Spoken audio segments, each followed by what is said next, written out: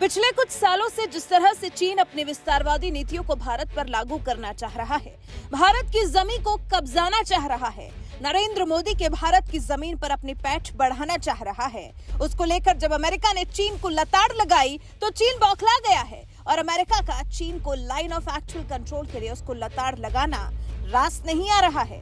भारत के चीन के साथ बिगड़ते संबंधों पर अमेरिका की लताड़ पर चीन ने पलटवार कर दिया है। चीन अमेरिका पर बुरी तरह से झुंझला गया है। चीन ने इसे भारत और अपने बीच का मुद्दा बता दिया है और अमेरिका को मामले में दखल देने से चीन ने रोक दिया है। अमेरिका के दक्षिण मध्य एशिया मामलों के असिस्टेंट सेक्रेटरी डोनाल्ड लू के एलएसी पर दिए बयान पर चीनी दूतावास के प्रवक्ता ने कहा है, बिना किसी प्रमाण के ही अमेरिकी अधिकारी ने एलएसी को लेकर चीन पर आरोप लगाए हैं। चीन दो देशों के द्विपक्षीय संबंधों के मामले में दखल देने को लेकर कड़ी आपत्ति जाहिर करता है। एलएसी पर स्थिति स्थिर है। सीमा का मामला भारत और चीन के बीच का है। दोनों ही देश सहमति और बातचीत से मामले को हल करने का प्रयास कर रहे हैं। उम्मीद है कि अमेरिका ऐसे काम करेगा जिससे शांति और स्थिरता बढ़ेगी।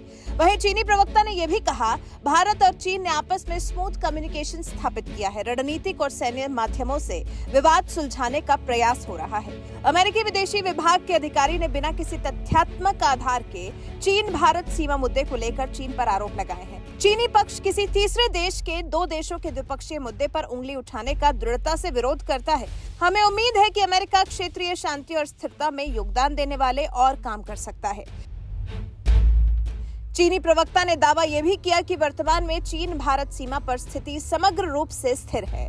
ठीक है, चीन का अगर दावा है तो हम मान भी लेते हैं कि चीन भारत सीमा पर स्थिति को चीन स्थिर मान रहा है, लेकिन चीन के एक्शंस में ये नजर नहीं आ रहा। चीन समय समय पर अपनी घटिया नीतियों का प्रदर्शन करता ही रहता है। जब अमेरिका से लताड़ पड़ी तो कहने लगा, हम साथ मिलकर विवाद सुलझाने पर काम कर रहे हैं। कह रहा है दोनों पक्षों के पास बातचीत और परामर्श के माध्यम से इस मुद्दे को हल करने की इच्छा और क्षमता है। हमें उम्मीद है कि अमेरिका क्षेत्रीय शांति और स्थिरता में योगदान देने वाले और काम कर सकता है। चीन ये जो अमेरिका को सलाह दे रहा है उस पर चीन खुद अमल करना कब सीखेगा? भारत और पाकिस्तान के बीच हस्तक्षेप करना कब बंद करेगा? भारत और पाकिस्तान के बीच में बोलना कब छोड़ेगा चाइना? नापाक पाकिस्तान में पाले पोसे जाने वाले आतंकियों को अंतर्राष्ट्रीय आतंकी घोषित करने में अड़ंगा डालना कब छोड़ेगा चाइना? अगर एलएसी भारत और चीन के बीच का द्विपक्षीय मामला है तो फिर एलओसी कैसे तीन पक्षों का मामला हो सकता है? वो भी तो भारत और पाकिस्तान के बीच का मामला है।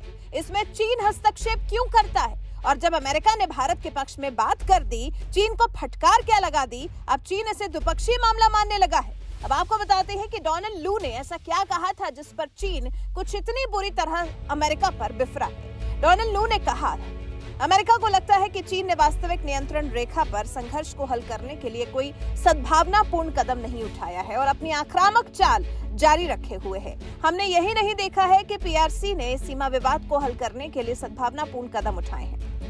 इसके विपरीत हमने भारत की सीमा पर उत्तर पूर्वी राज्यों में आक्रामक चीनी चालें देखी हैं। 2020 में जब चीनी सेना ने गलवान घाटी में एक भारतीय सीमा चौकी पर हमला किया तो अमेरिका ने सबसे पहले चीनी आक्रमण की आलोचना की और भारत को समर्थन देने की कोशिश की।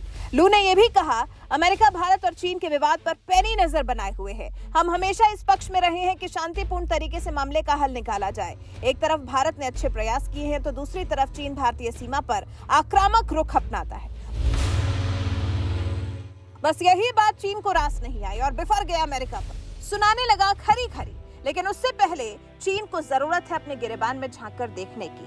पहले चीन पाकिस्तान और भारत के द्विपक्षीय मामलों में दखल देना बंद करे, उसके बाद अमेरिका से उम्मीद करे कि अमेरिका एलएसी के साथ साथ भारत और चीन के आपसी मुद्दों पर कुछ नहीं बोलेगा।